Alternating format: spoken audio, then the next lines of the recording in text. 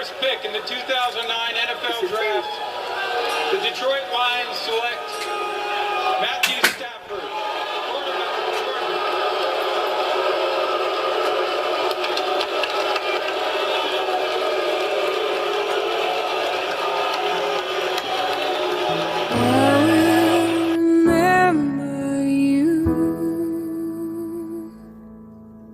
Will you remember me? Take a look, man. His shoulder. More out on the shoulder. Get your AC joint or No, I ain't never done that. Hey, that's the timeout. I can play, right? Give me the ball. No. Yeah, help me up. What you got, man? I can throw the ball if you need me to throw the ball. Out of here.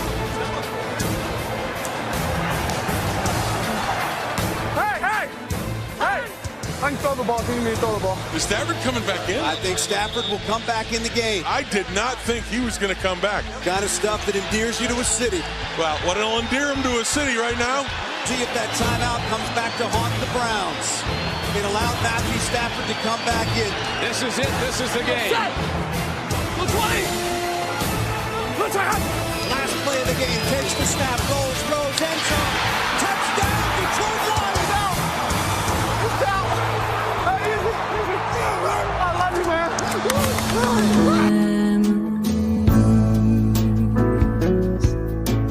Remember the good times that we had. Let them slip away from us when things got bad. Clearly, I first saw you smiling in the sun. Wanna feel your warmth upon me. I wanna be the one. I will remember you. Will you remember me? Don't let your life pass you by. Big play clock. Off in time. And Stafford throwing it. It's intercepted by Kirby Joseph. Stafford throws his first interception against the Lions in 3 games. And a rare red zone turnover. Something they didn't do all of last year. Standing on the edge of something much On third down, deep drive. Got the shot. funny how Jameson so got it. much Coming end zone. Touchdown Detroit. Jameson we're Williams. screaming inside. Oh, we can't be heard. I will remember you. Lions 3-4. Stafford gets Will it. you Johnson brings it down. And it'll send us to overtime. And Hodgins don't let your life pass to overtime. First and goal for the one. It is Montgomery. It is a Detroit Lion overtime win.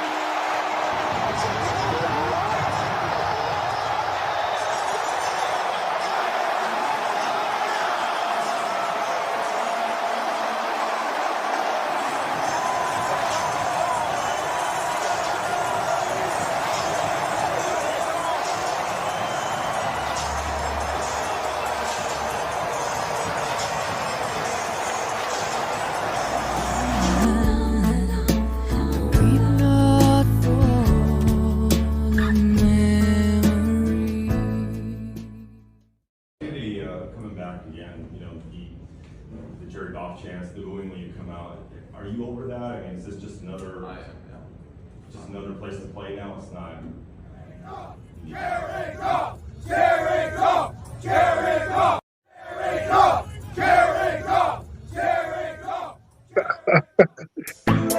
Yeah, we definitely gonna get copyrighted. But it doesn't matter because it's a Victory Monday. What up, everybody? Welcome to another episode of Full Metal Analysis. I'm your boy Bruce Diggy. Got my homeboy MJ Detroit over here. How you feeling about the win? I know you feeling good today, Marcus. How you feeling, man? Oh man, it was a late night, but it didn't even matter. Lions came out with a victory. It was a really fun, great game. and it just had a whole different feel to it than past Lions games or past Lions season openers, I should say. Yeah, definitely, man. As Lions fans, we all like to throw the SOL word around. I think a lot of us, a lot of people was feeling that way last night. I mean, honestly, man, I held faith. You know what I'm saying? I got a little shaky, but I held faith, man. When we got down to 2 minutes left in the game, and people was wondering what was going to do, I was like, hey, you know what I'm saying? This is what Dan Campbell does. You know what I'm saying? All you ever hear about in practice is they run a 2-minute drill all over and over and over and over again. So, and those were the moments that they practiced for. So I had faith, man. But a lot of people was out there scared, man. A lot of people was trying to bring up SOL. I heard a lot of people last night saying these are the games we usually lose, and this win brought a lot of faith back to people, saying that SOL might finally be dead. It's funny you bring that up because I was listening to the radio and somebody called in and they brought that up. They said that they was at the game and he was saying a lot of the people he was sitting next to, 50-year season ticket holder, and he could just feel the vibe like I don't think the guy said it, but he could just feel the vibe like, oh, here we go again. And Right. I'm with you, man. I really wasn't there. Like I said, this game, this season, this team, this organization, this regime, it's got a whole different feel to it. Right. And watching the game last night, I expected the Lions to win. And to your point, I'm not gonna lie, there was one moment, and then there was another moment where I was nervous. I was just super nervous. Obviously, I was nervous throughout the whole game, but I was nervous when the Lions, when it was 17-20, and Jared Goff in that second half didn't look quite as sharp as we would like him to have. And I texted you like, man, I just want to, like, I think it was 3rd and 5. Please just run the ball. Just run the ball. And hey, with the result. That one had me nervous. I think they did throw it. I think they did throw it, and I think they kicked the field goal. Whatever. Yeah, they threw it and kicked the field goal. And after they kicked the field goal, that's when I was terrified. Was giving the ball back to Matthew Stafford with it wasn't even that much time left. It was like 15 seconds, but bro, like, we could stay on here all night, and I don't think you will ever convince me that there was no way that he was going to throw. Aiden Hutchinson saved the game, in my opinion. Like, he had, he was all over the field, but he never got home.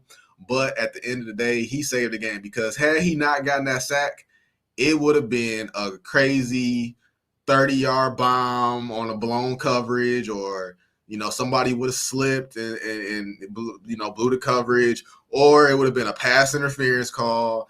I just, in my heart. So I don't know if you classify that as SOL. It pretty much does sound like SOL, but just the way that game was going, and based on the feel of that game, I wouldn't really say it's SOL. It was just more so based on the feel of that game and the way that they was all on Terrion Arnold for pass interference calls, and that one pass to Tyler Johnson, I think it was, who, I think it was Tyler Johnson, whoever it was, it was a blunt. They missed two Lions missed that tackle, and he broke for like a 60-yard gain.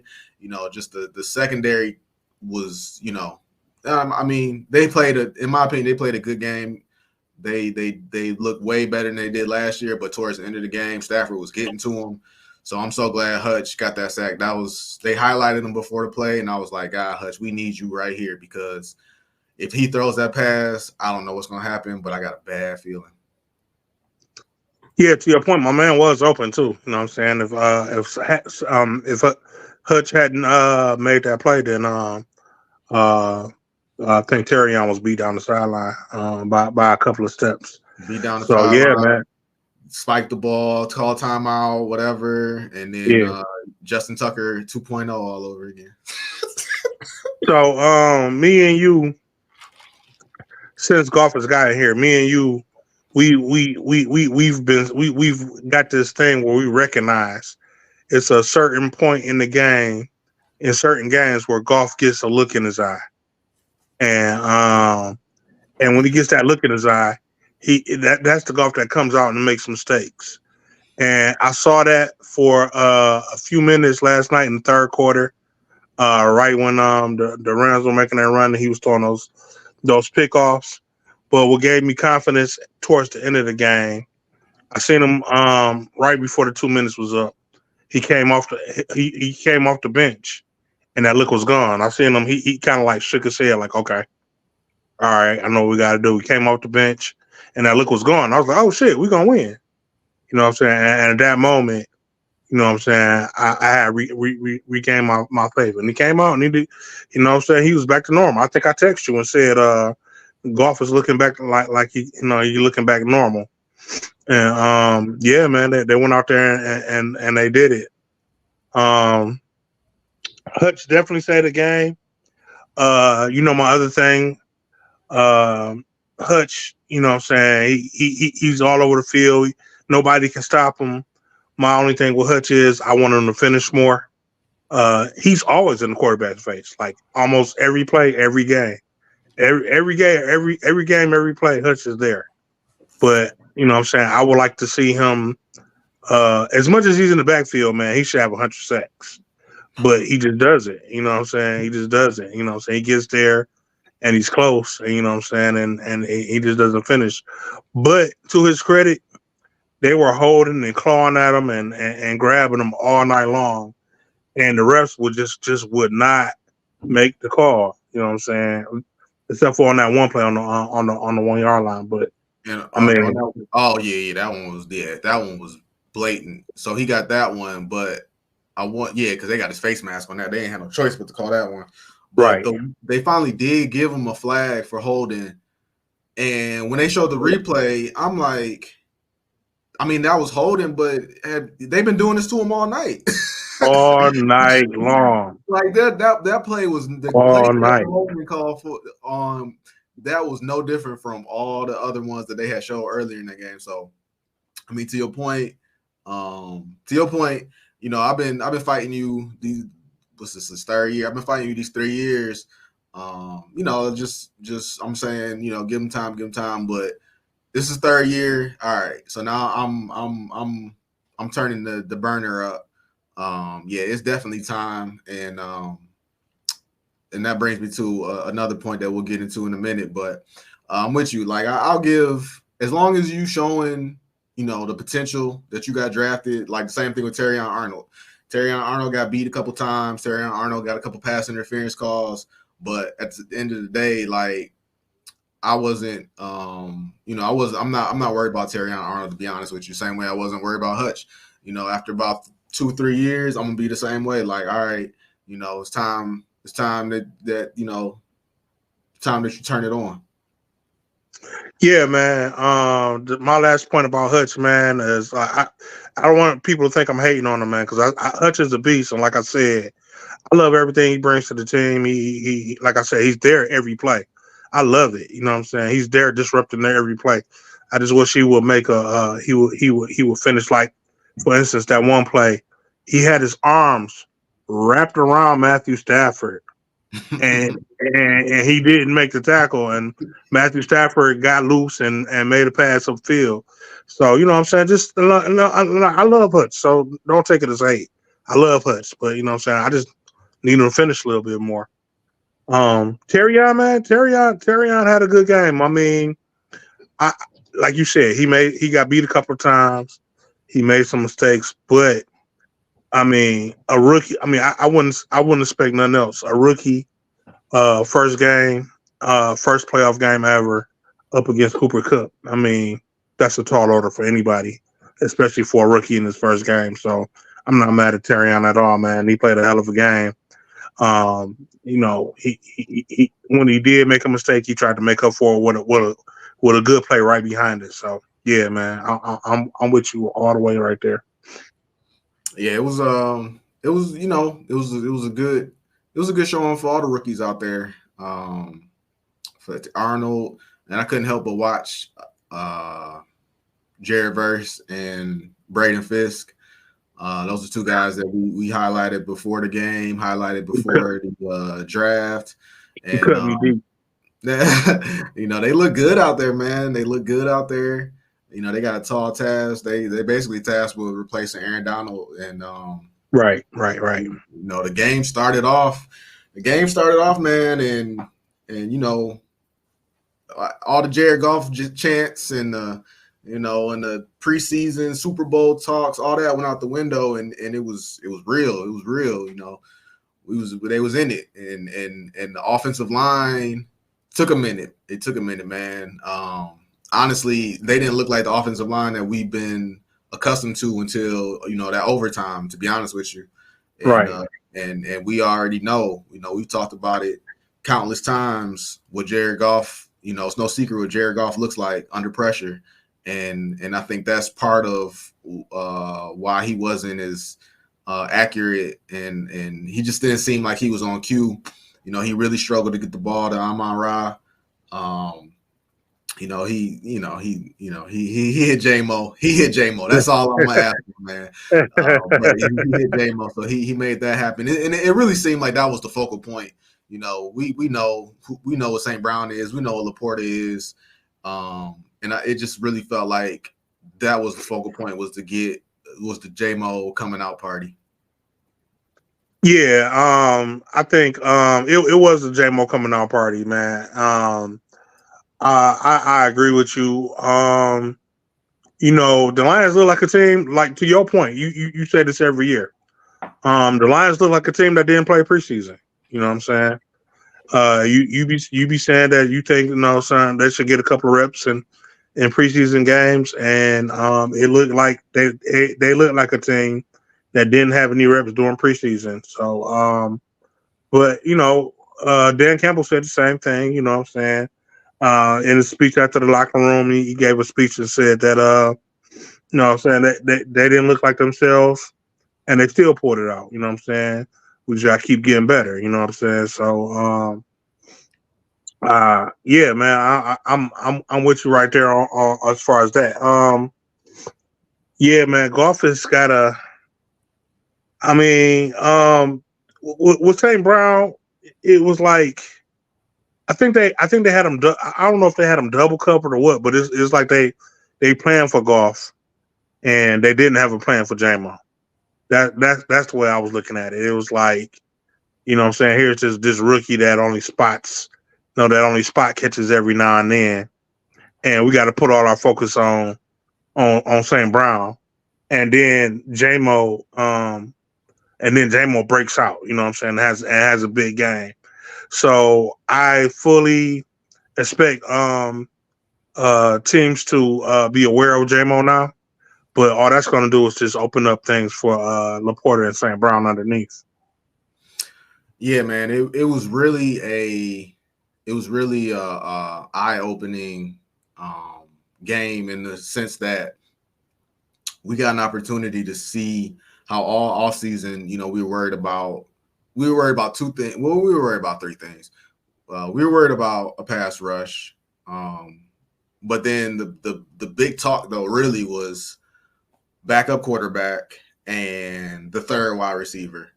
And last night was just really a opportunity to see that, like, as Lions fans, man, this is gonna sound crazy when I say it, but we are in such a luxury position where we worried about the third wide receiver, because Right. I mean, you got you know, starting, you got Jahmyr Gibbs, you got David Montgomery, you got St. Brown, Laporta, J-Mo, you know, I mean, and we talking about a third receiver, you know, Khalif made a big play to start off overtime. So Right. It's just real. We in a real good spot right now. The only thing I would say is that you don't want to see an injury to that wide receiver core. Yeah, man. When J-Mo went down in the first half, man, that was a scary moment. You know what I'm saying? If we did get an injury, receiver is the place that we thinnest at. I know. So when J-Mo went down, I was like, oh man, I mean, is that going to be our season? Because we already lost Josh Reynolds, and then J-Mo went down, so that was just going to leave St. Brown and Porter and Leaf as our as a wide receiver, which is still a good core, but it's that dominant factor that we depending on, that dominance that we depending on. So yeah, that was a scary moment. They brought up a good point on Woodward today. Shout out to Spinmo that as far as it wasn't really a big hit for us missing Josh Reynolds, but you know what I'm saying, where we did miss him at was those touchdown catches in the red zone. You know what I'm saying? Josh Reynolds was the guy who, when we got in the red zone, we hit at the back of the end zone for those things. You tried to get it to Laporte at the back of the end zone, but it just wasn't there. And that's the only way I can see where we miss Josh Reynolds at. But if we can get Tim, I can never remember his last name. Tim Patrick. Yeah, Tim. If we can get Tim Patrick from the Patrick squad in shape, and I feel like that's a role that he can pick up. You know what I'm saying? But other than that, man, we solid. I'm with you. Well, with that being said, I just want to go over the biggest. What was one big takeaway you had from the game? I like our defense this year, man. I really like our defense. I mean, I know we had some flaws. Everything is not perfect. Like we mentioned with Terrion, you know what I'm saying? He has a few rough edges, but he looked good. And that first quarter, the defense was electric, man. I felt it through the screen. Like, I felt it in my soul, like, oh man, we got a defense, you know what I'm saying? And I don't think I've ever felt like that. You know what I'm saying? I don't think I've ever felt like that about Elias defense since we had Sue. You know what I'm saying? So yeah. Ahead of Bo was back there. Diggs. Yeah. Slay. Yeah, that was bad. Yeah, man. And I felt that. I felt that energy. I felt that energy coming off the screen. I mean, at the beginning of the game, I felt that energy. It kind of died down as the game went on, you know, a little bit. But I see us doing nothing but getting better. You know what I'm saying? As we get more experience, Terrion gets more experience. You know what I'm saying? That we get in the groove of things. Davenport looked good. You know what I'm saying? He came out. You know what I'm saying? He made some plays. You know what I'm saying? If we can get Davenport and Hutch, you know what I'm saying, attacking that edge, that was one of the concerns we had. This preseason was that other edge spot. So if he can stay healthy, that looks like it's going to be a good thing. We haven't even seen James Houston come out. So, yeah, man, my takeaway would be we got a defense this year. No James Houston, and we still haven't seen DJ Reader, and people right, yeah, DJ Reader up hard. So I'm excited to see him because I'm not familiar with his work. So hopefully he's what everybody is saying he is. I want to forget to mention Carlton Davis. Carlton Davis, man, he was out there. I mean, you know, Puka Nacua got his catches, but I mean, he was out there, man, doing his thing, man, making plays. Mm-hmm. You know what I'm saying? Only that one play where my man stopped on a dime, but I mean, you don't expect that, you know, especially from my man who did it. Yeah, he had a real good. He looked like a veteran corner out there, man, and that's something we haven't had in a while. And you know, he took a lot of pressure off of, you know, if Terry and I just had to come in here cold. So yeah, I was glad to see him out there. And yeah, now I'm with you. Defense is a great takeaway.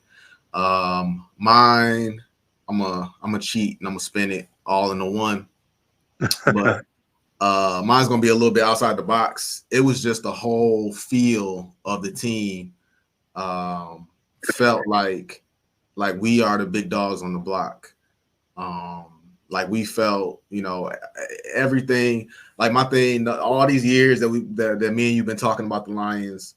At the end of the day, my vision was always to just put together a team. You know, I trip you out when I say it all the time, but I'm always trying to I'm always trying to take another situation and try to mold it into how the Lions could do that situation. I'm a copycat. You know, they say it's a copycat league. I'm all about the copycat technique. And the Lions felt like a copycat of one of these official powerhouses of the NFL we've seen over the years. And it starts from the bottom, the foundation, I guess you could say, which was the fans, which was Ford Field, how loud it was.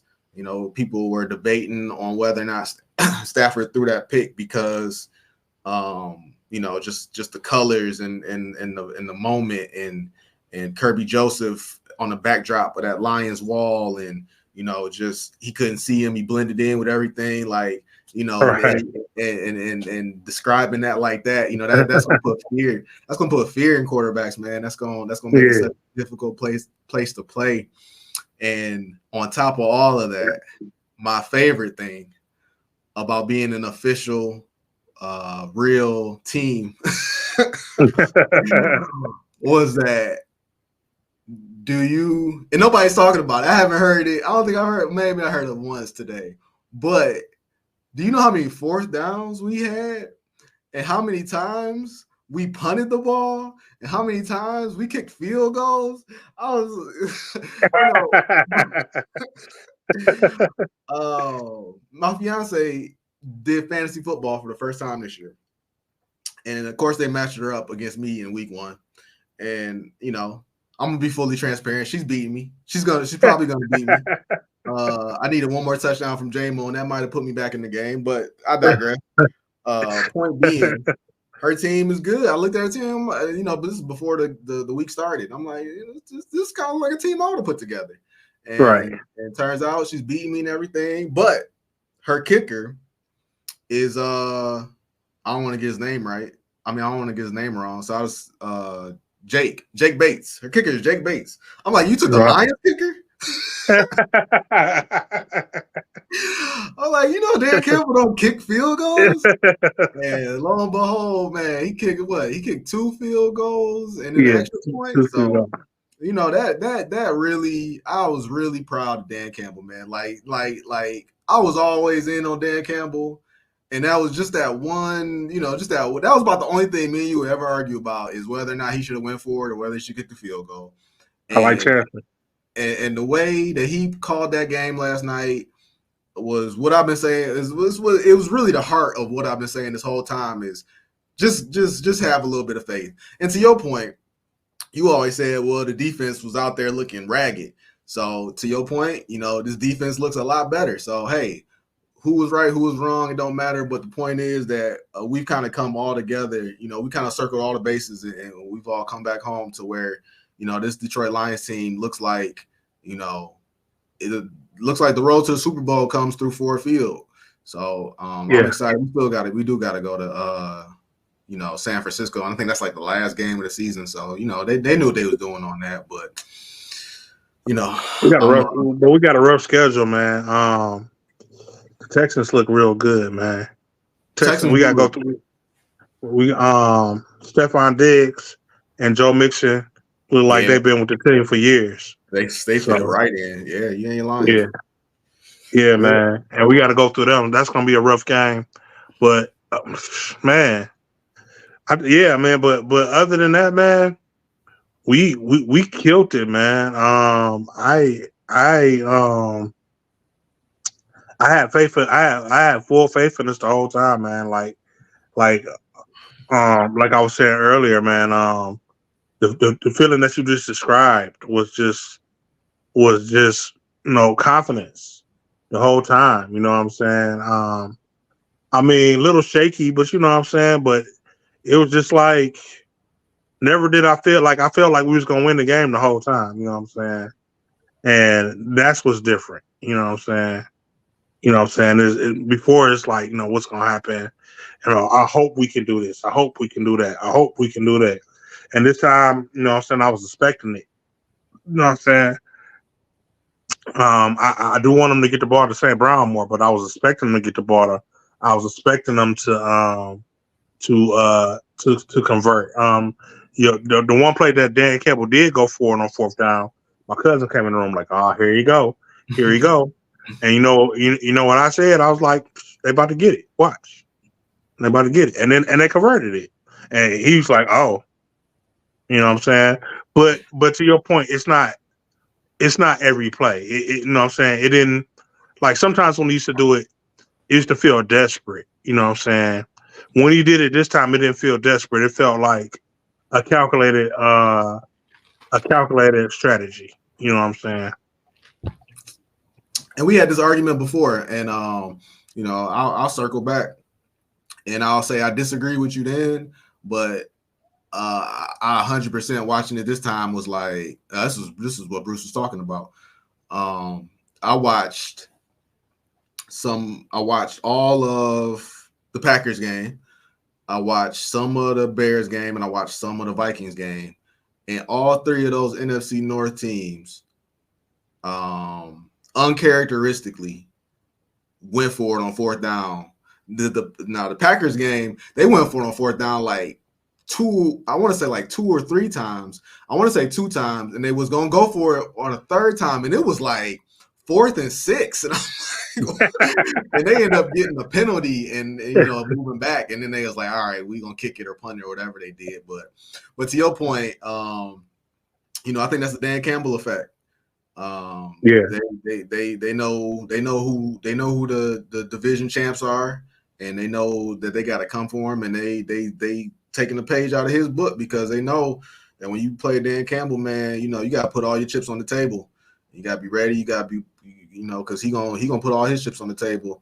So you all in or you all out. So to your point, copycat league, people trying to keep up with Dan Campbell. And when have you ever seen other teams trying to emulate what the Lions do, man? Like it's just exactly different time. So with all that